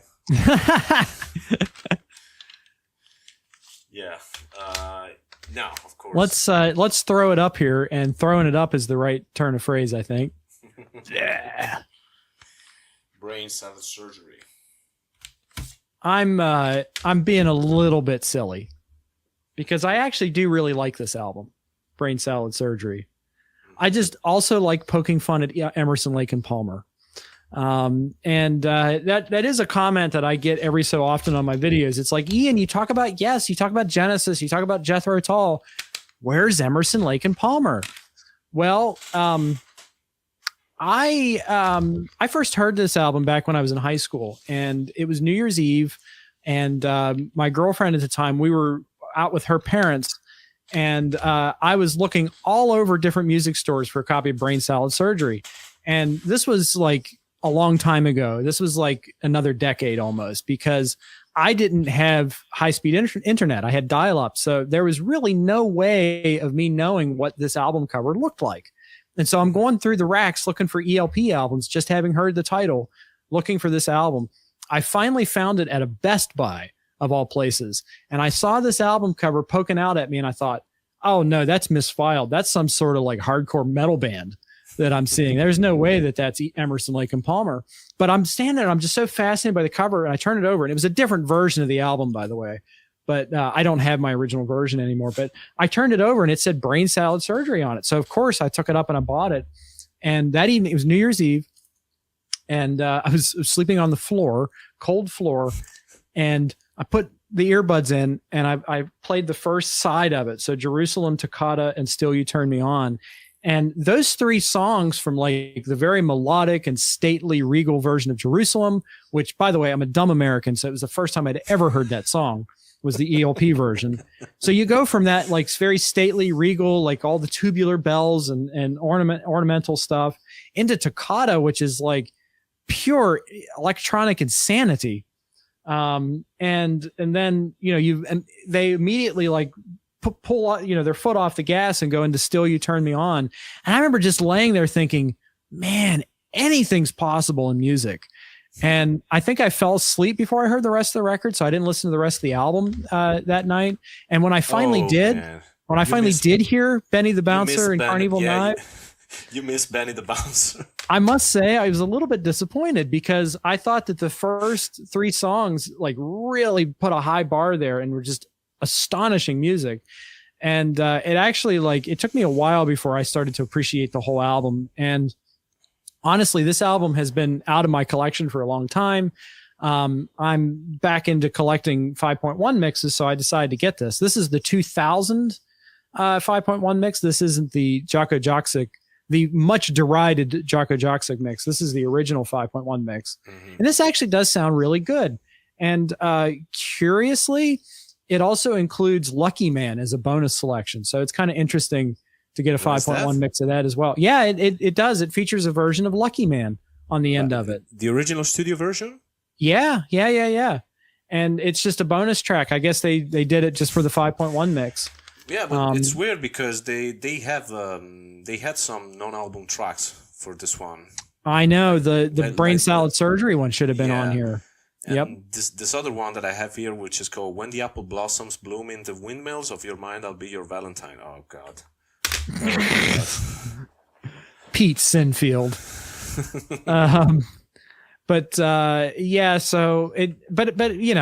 This is I think it's an essential album for progressive rock fans, and I'm kind of glad to have it back. Emerson, Lake and Palmer is not my favorite band. I mean, I'm sure you can kind of guess by sort of my attitude leading into this and the fact I've never discussed them before.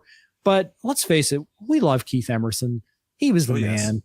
He was such a sweet guy. Like, if you ever listen to him interviewed, he just comes across as very humble, very down to earth, and very much at odds with ELP's image, you know, with the expensive carpets and multiple semi trucks and all that. When Keith Emerson wasn't like that. When John Peel made that comment, you know, about them being a waste of talent and electricity, he said, that's too bad because I really like Keith Emerson as a person. He's a generally great guy. Yeah. And you know, I have to point out that Keith did the soundtrack for Dario Argento's Inferno film, which is a great horror movie from the Italian maestro of horror. And having seen that and just heard Keith Emerson's contributions to that soundtrack probably made me a bigger Keith Emerson fan than any Emerson, Lake and Palmer album did. So yeah, there's something about his music. What were you going to say? Have you ever heard Elegy by The Nice? No, and The Nice, they're a gap. That's a gap I need to fill. I think that's Keith Emerson's masterpiece. You should check that one out. It's a great. If you prefer Starkers, there's a couple comments. Did you want to get? I'm sorry.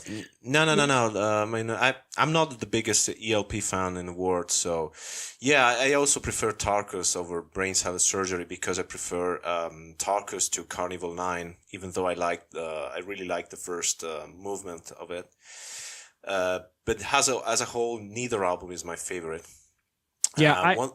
One thing that I wanted to say is that this one here, Pictures at an Exhibition, is the first album that I remember ever listening to. I was like 3 or 4 years old, and one of my cousins had that on cassette. So that's a very fascinating album to me, even though I dislike the nut rocker thing that they do at the end. They do a Tchaikovsky piece and kind of a Headache. rock and roll way. It's terrible. Nah, there are some fantastic moments on it though that I still love, like the Curse of the Hut of Baba Yaga, the Old Castle, the Sage, which is basically Greg Lake. I love Greg Lake's voice. That's what makes me stand a lot of. And his bass playing is solid. Yeah. Going all the way back to Court of the Crimson King. Yep. Yeah, it's great. It was great. The only album I think that I love by Emerson, Lake and Palmer is the first one. It's the only one where I like every single track, and as a whole, I think I respect that more than I like them. Yeah, sure. And there's a comment here that's by Ian once again. How does everyone feels about Works Volume 1? Oh God, how do I feel about Works Volume 1? Deep breath. Oh God, look what you've done to him. I prefer look Love Beach done to him.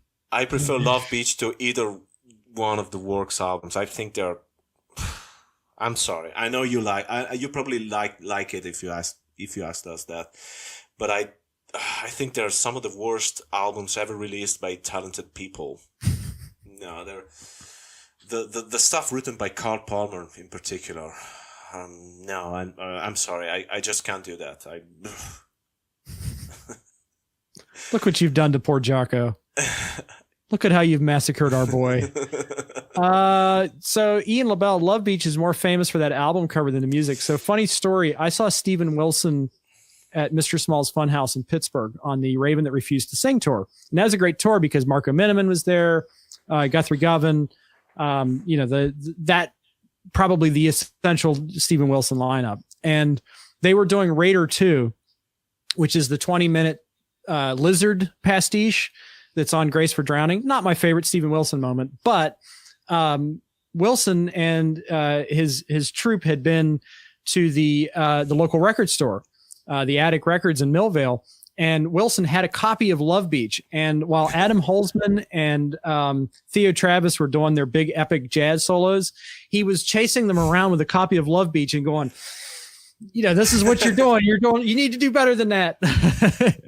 Actually, I think the first song on Love Beach, All I Want Is You, that song's not bad at all. That's a pretty decent pop song, I think.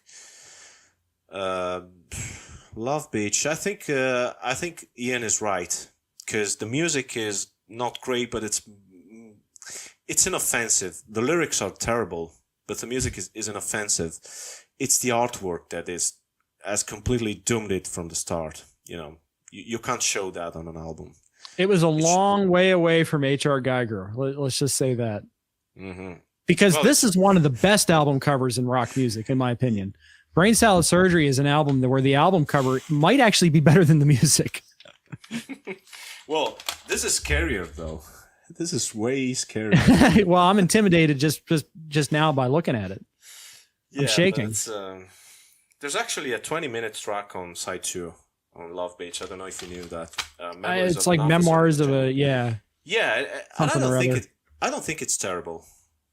I think it's parts of it are actually rather good. So I think it's just you can't release something like that and pretend and be taken seriously. It's not going to happen. It's just not going to happen. Yeah. All right. Well, I'm going to pull this abomination down. We're kind of up against the end of our stream here. Was there anything else we want to talk about? Oh, why don't you talk about Elio? This is me plugging something from Italy, because I realized that every time I've been here, I haven't talked about Italian music at all. And I don't know if you guys knew this band, Elio le Storie Tese, Elio and the Troubled Stories. This is basically the Italian equivalent of Ween. This is one of the greatest albums that was ever released in Italy. It's from 1992. And I think if you like prog music, you should probably check this out. I mean, it's a disadvantage that you will not listen to the lyrics, because a lot of it is the rule is if there's a taxidermied animal head on the front cover, it's probably good. Yeah. Well, a lot of it is tied to the lyrics, which is probably the reason I still haven't been successful in making you become a fan of the band. Yeah. But this one holds up well musically, and there are some fantastic guests on this. The Chieftains plays on this album. I saw the Chieftains. That's kind of cool. Yeah, and the Bulgarian choir, the Bulgarian state choir, sings throughout the album. Interesting. A lot of it is, it's basically prog music with porn lyrics. That's how it would. Porn rock. They don't cover Automat Mother, but if you look around, you can find a video of them playing Elephant Talk and Heroes with Adrian Belew. Wow. And a lot of Zappa covers too with Ike Willis. Mike Keneally once guested with them. Mm-hmm. So they're a great band. They're very good musicians, and they would probably we're going to talk about Mike in a second.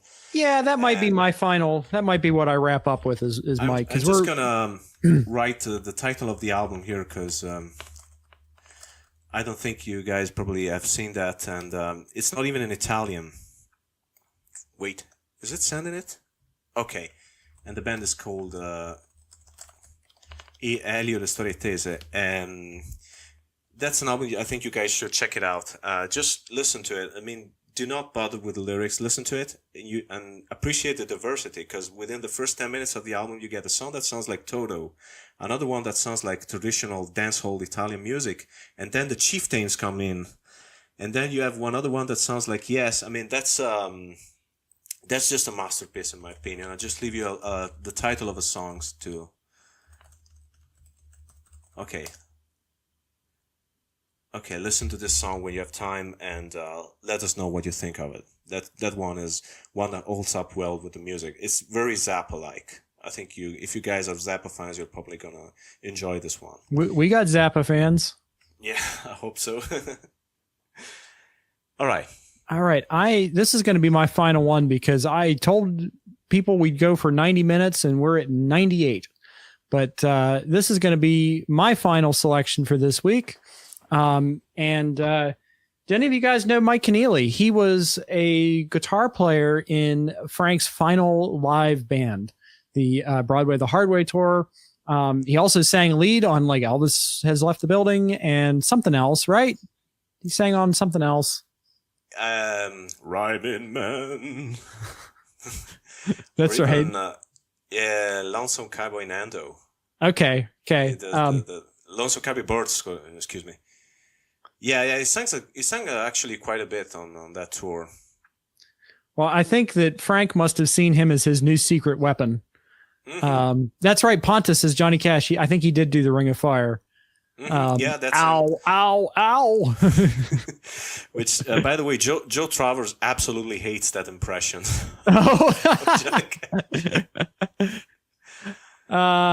Anyway, I just wanted to highlight this album, Wooden Smoke by Mike Keneally.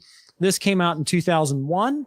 And it's not very often that I talk about albums that are from after the 2000s. So it's good to sneak in a couple of those right here before the end. But this is the closest that Mike has come to making a pastoral ambient album. And this album cover, I think, does represent the music very well.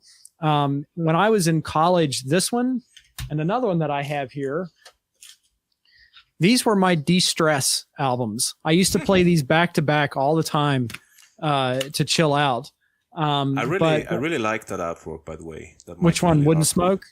Yeah. Yes, I do too. And it represents the music. It's very impressionistic. It's very beautiful. And there's one line in the song 2001, alleviate the pain from your soul. And every time I hear that, just the way that Mike sings it, it's just like, I feel the pain leaving. You know what I mean? I feel the relief. I absolutely adore this album, and it's like a mixture of some like really great pop songs like 2001. Father's Day is another one that's really pretty, and Father's Day is coming up here, so it's very much of the moment. But then you have some kind of like ambient experimental tracks. You have tracks where he gets to blow and play some lead work like Frank. He gets to improvise, like DNA, I think is a track. That's DNA. But yeah, if you ever wanted to check out something that is kind of Frank adjacent, but has kind of like a Beatlesy XTC vibe, check out this album. And then another album that's like kind of a sister to it is the album, Wing Beat Fantastic, and that is actually songs by Andy Partridge. So we're getting a ton of can questions, so I guess I got to address those. But what were you going to play, Jaco? I think Mike Keneally is actually thanked on Orange and Lemons. Yes, cartoons are thanked. You know the story behind that? I kind of know it, but I want you to tell that. So the story goes that the Zappa band were playing London. And Mike and Scott Tunes were enormous XTC fans. And I think they reached out via the management to Andy and Colin and Dave Gregory and said, here's some tickets. Here's some free tickets. If Andy and Colin and Dave are available, they can come down and see it. We'd love to meet them. And they never expected to hear back from these guys. But sure enough, they arrived to the London gig, and there's Andy Partridge and Colin and Dave Gregory. And they hit it off with them. They got to be good friends with them. And actually, when XTC were recording the Oranges and Lemons record in LA, they invited Mike and Scott to come sit in on the sessions. So that's why Scott and Mike are thanked in Oranges and Lemons, is that they actually did sit in on some of those sessions. That's really fascinating. Yeah, you actually made me a fan of that album, of that XTC album, because the first time I heard it, I thought it was overlong and not as good as, Skylarking or something like that. But I now think it's a great album. I do too. It's my favorite, I think, actually. Yeah, you convinced me. Good. Oh, I'm glad to hear that. Yeah. Wow, I didn't know that. That's great to hear. I love that Collins song. What was it called? One of the Millions? Yeah. Yeah, the bass line on that one is... He's always saying what he's gonna do. Yeah, that one. But have you heard what he does on the bass on that song? Because it's, oh God, I get chills just thinking about it. That's I'm going to have to break that out. Yeah.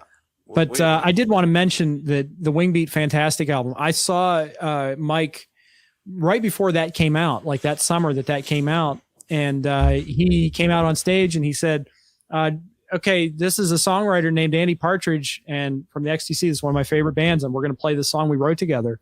And that was my introduction to the songwriting of Andy Partridge. So I have to thank Mike Keneally and the album Wing Beat Fantastic for introducing me to XTC. By the way, speaking of Andy Partridge, he has one of the best quotes about this album, I think, ever. And he provided like a little hype quote. This album is strong, gentle, and wise. How many people do you know who can make a CD sound hand carved? Beautiful. Andy Partridge, XTC. Wow. That's his comments on hype quote for Wood and Smoke. So wonderful album. That's a big endorsement, by the way. Yes, it is. Yeah. All right, we're going to do just one more since people seem to respond to the Can choice. Mm-hmm. Now, Jaco, you're not a Can guy, huh? You're not a Can fan? I once again, I don't know them enough. I mean, I like what I heard, which I think was Tagomago. I think that was the one I listened to. I thought it was a pretty fascinating album, but I didn't really listen to it a lot yet, or haven't heard anything else. So I'm just gonna listen to you talking about it. All right. So I think that if I can impart one recommendation to you, Jaco, I think it's this album, Future Days, because this definitely would fit into. I think when I see your photography, I almost hear this album playing in the background. My photography? And yeah, when you do those little black and white shots that of like thing, yeah, like this is like definitely in the low, the David Bowie low mode. It's like the first song is save your money for a rainy day for the sake of future days, and it's just very like tranquil almost, but there's just like this undercurrent of something interesting going on underneath. It's sort of like Tangerine Dream-esque, but it's more rhythmic. The drummer Jackie Leibezit, he was Germany's top free jazz drummer until somebody said, you must play more monotonous. And so Jackie Leibezit would just play these repetitive figures. Essentially he was part of the invention of the motoric beat. And that's a big part of Can's identity is the repetition of rhythms and figures. But this is a fantastic album. It's very mellow, but it's still got a little bit of bite to it. What's his name? The singer, Demo Suzuki. This is his last album with the band. And he was like this Japanese busker who they just happened to run into one day, and he joined the band that night and made a string of just wonderful albums with him. But this is the kind of the final of that phase, the Damo Suzuki phase. And there's a couple other songs I want to highlight. Moonshake is a great little 3-minute punchy little number. It probably would have fit on Ej Bamyazi, which is interesting because mostly when you think of Can, you think of something very avant-garde and kind of difficult to approach. But this is, in my opinion, one of their most accessible albums. And going forward, like Soon Over Babaluma is probably even more so. But the whole second side of this is Bel Air. And man, that is just take a deep breath, man, and just float with that song. That's just incredible 20-minute excursion. Wow. And, Can were always fond of like improvising in the studio and then editing it back together. And I think that this album is one of the finest representations of Can as a band. I think I'm sold, man. I think I'm going. Yeah, you got to check this album out. Absolutely. Yeah, it sounds like something I would like. Yeah. All right. Let's see if we have any comments here. I think there's someone, Douglas Gilbert, who I think he's probably watching the stream. Because he's responding to things we've said like an hour ago or something. So it's probably. I'll be right back, Jaco. You take over. Yeah, I don't think Ween hate Frank Zappa. I think Gene Ween is a Mothers of Invention fan. I think Dean Ween doesn't like Zappa altogether. The reason they don't like him is that they found him basically mean-spirited and someone who's insincere and does things for the sake of it.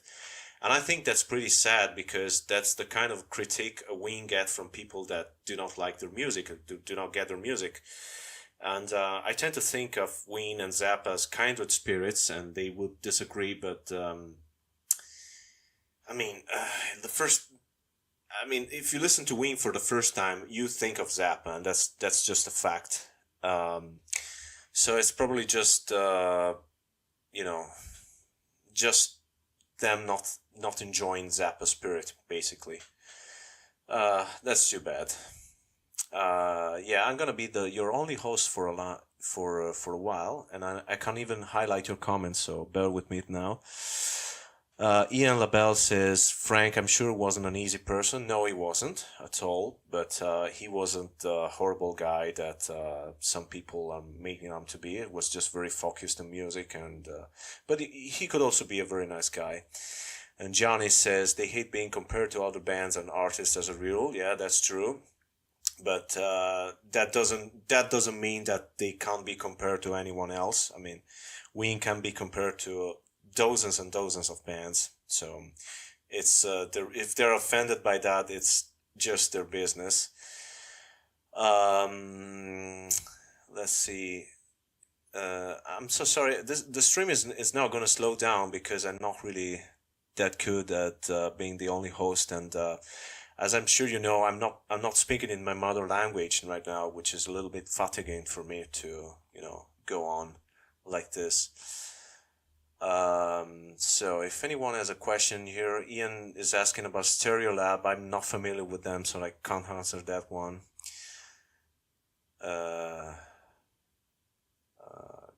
They want people to recognize their influences, and Zappa isn't really one, so they talk smack. Well, that's okay.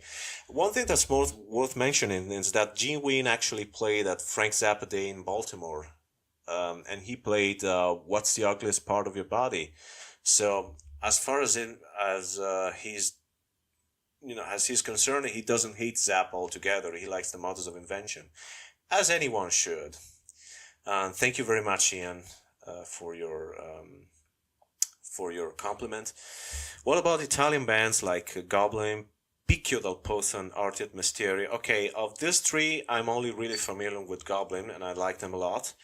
My favorite Italian band is Aria, which isn't really one of the most popular Italian progressive rock bands.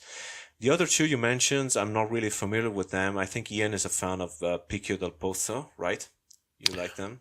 I'm familiar with them. I absolutely adore Goblin, but that's because they intersect with my love of cinema and Dario Argento films. I have most of the Dario Argento films here behind me. And I just did Scott Lade's channel, the top 5 progressive rock albums to introduce it to a newbie. And I very nearly suggested, sorry. Knock the microphone down. Sorry. Anyway, I very nearly suggested Suspiria, not necessarily the album soundtrack, but the film, because I know a lot of folks who are like horror buffs or like just movie buffs who hadn't seen that movie and aren't necessarily progressive rock fans, but they absolutely adore Goblin soundtrack to that film. Wait a second. Go on talking. I want to show something to our audience. I'm gonna pick it up from there. All right. Yeah, and I love those Goblin scores. Like Deep Red is a great one. Even with the Tubular Bells pastiche, I still love Deep Red. And I actually think one underrated score is maybe Tenebrae. That's almost like disco Goblin, but yeah, that's an area that I absolutely love. And okay, Jaco's got something to show us here. These are imaginary soundtracks, right? Yeah, this is a band you guys should check out, definitely. This is a current band from Italy, and they play music that it's either incidental music from Italian soundtracks, so it's the stuff you hear in the movie, but not on the album, or it's music inspired by Goblin, stuff like that, and they are absolutely excellent. Calibro 35. They're absolutely excellent, and they're if you like that kind of music, you should listen to them. They're instrumental, so there's no language barrier here. So yeah, just listen to the first album, the self-titled one, and I'm sure you're gonna love it. They're fantastic musicians, very well produced. Sounds like something from the early 70s, so check that one out. A band that I think doesn't get talked about nearly as much as they should is Bonko. Banco, by the way. Banco. See, I don't want to say it wrong, but what's the one? I was born to be free, or I want to be free. Io sono nato libero. I was born to be free. Yeah, I was born to be free. That is an Excellent absolutely terrific album. That might be my favorite Italian prog album. Although Darwin is very close. Yeah. With the March of the T-Rexes and all that. But there's one that is very underrated. I have it there, but I'm not going to get up and pick it up. It's the English title of it is As in the Last Supper. And the Italian version is Come in un'ultima cena from 1976. I think it's their last great album, but it's amazing. It's my absolute favorite, and people don't usually talk about that one, which makes me sad. Yeah, they need to get those classic albums back in print, because you just cannot get a hold of any of those anymore. Mm-hmm. I guess we're kind of winding down here. Maybe we'll go another 5 minutes or so. There's an interesting. Oh yeah, he's talking about an album that he suggested a few messages before. I don't know. I haven't heard that one, but I'm definitely gonna check it out based on what you're saying. Yeah. Mm-hmm. Yep. I love Ennio Morricone music. Mm-hmm. Any of his film scores. He also worked with Dario Argento. On Dario's great first film, The Bird with the Crystal Plumage. That's a fantastic film, fantastic score. By the way, Dario Argento and I share a birthday. Yeah. So he's my birthday twin. Yeah. I have to dig out. Where's the one? Go ahead. I'm going to find a photo here. I wanted to. I forgot what I wanted to say actually. So it's. Oh yeah, you mentioned Ennio Morricone. You know who also played with? I mean, he didn't really play with Ennio Morricone, but Ennio Morricone did the string arrangements on a Morrissey album. By the way, I don't know if you know that. And actually, even if you don't like Morrissey, that one is a pretty good album. It was produced by Tony Visconti, and it was recorded in Rome. And I'm not really a big Morrissey fan, but that one is. One is really good. We know the truth, Jaco. Well, I like the music, but I don't like him. I don't like Morrissey as a person. I can understand that. Yeah, Jack and Johnny birthday twins. Yeah, both of us were born on the 15th of November, and that's a good person to share the birthday with. So yeah. But I just wanted to point out my lovely birthday twin here, Dario. And he's just going to cut the cake, that's that look in his eyes. It's because he's hungry. He's actually a very nice guy, by the way. He is. Yeah. Yeah. Like most metalheads are very nice people. Most people who do horror movies are actually very nice and calm, artistic people. So yeah. Well, I think that any of that like dark impulse, they're getting it out healthily. If they didn't make movies, he probably would be a mass murderer or serial killer or something. But but he makes movies, so he gets that out, and he can be a functioning member of society. Yeah, it's interesting because getting back to Prague for a second. One interesting thing about Van der Graaf Generator is that their music is so dark and obscure, and they come across as the most regular guys in prog rock, the most friendly people, the people you want to hang out with, which is interesting as musically they're one of the most inaccessible prog rock bands around. So that really works. I like this comment. I'm a big fan of John Carpenter's music. I was also trying to find, I think it was Z or somebody, please repost. Oh, here it is. Roller Suspiria Deep Red Zombie. I'm in Steubenville, Ohio right now, which is about a half hour from Pittsburgh. So George Romero is my hero, one of my heroes. So I really appreciate the nod to zombie. But by the way, it's called Dawn of the Dead over here. The zombie, that was the re-edited Dario Argento version of the film, where he added a bunch of Goblin music.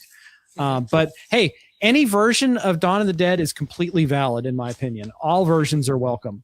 So you can't go wrong with any of them. Yeah, the reason I'm showing this album once again, Avalon, sorry. Well, hold on just a second. Yeah, show it. Can show that is that because my brother, who's by the way is a professional musician, he's a session player, he plays the bass. I used to play Avalon.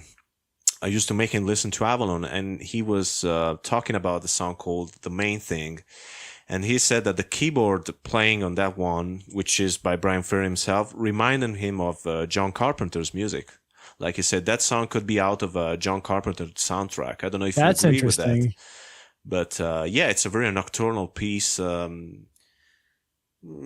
could probably agree with that. Yeah, that's interesting. I don't know if I agree with that. I mean, I haven't spent a whole lot of time with John Carpenter's music, but well, let's talk a little Carpenter. So, when I think of John Carpenter, I think of the drone, the dump dump dump dump dump dump. I'm thinking like They Live. Like that's probably the most quintessential. But it's always got like kind of a Western flavor to it because John Carpenter, I think, secretly just wanted to make Westerns, not horror movies. But maybe the most iconic, I mean, obviously Halloween is the most iconic, but it's kind of ripping off Tubular Bells a little bit. But maybe the most memorable score for me is The Thing. And the interesting thing, and the main thing, the interesting thing about The Thing is actually a lot of that music was written by Morricone. But Morricone was doing it in the style of John Carpenter. So it's really interesting. Ian LaBelle says Main Thing is my favorite track on Avalon. It's really close. And the fact that one and Take a Chance with Me are close together on the album make the middle of the Avalon album my favorite. By the way, I'm very basic. I think my favorite is More Than This because that's just it's a perfect pop song. Great song.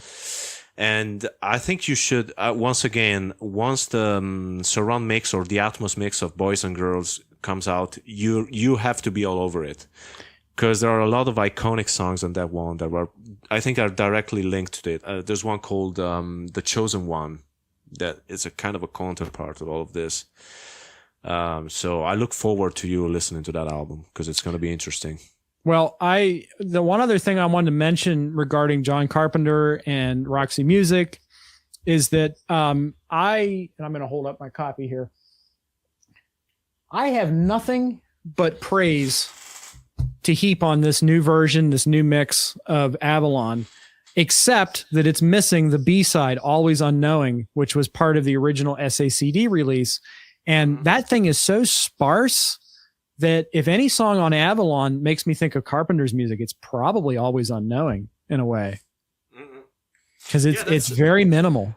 It's a great song, and I do not understand why it wasn't on the album, because they included a song on it, which you probably like that one, which is To Turn You On. I do like that one. Yeah, you like that one, but it's not my favorite, but I like it.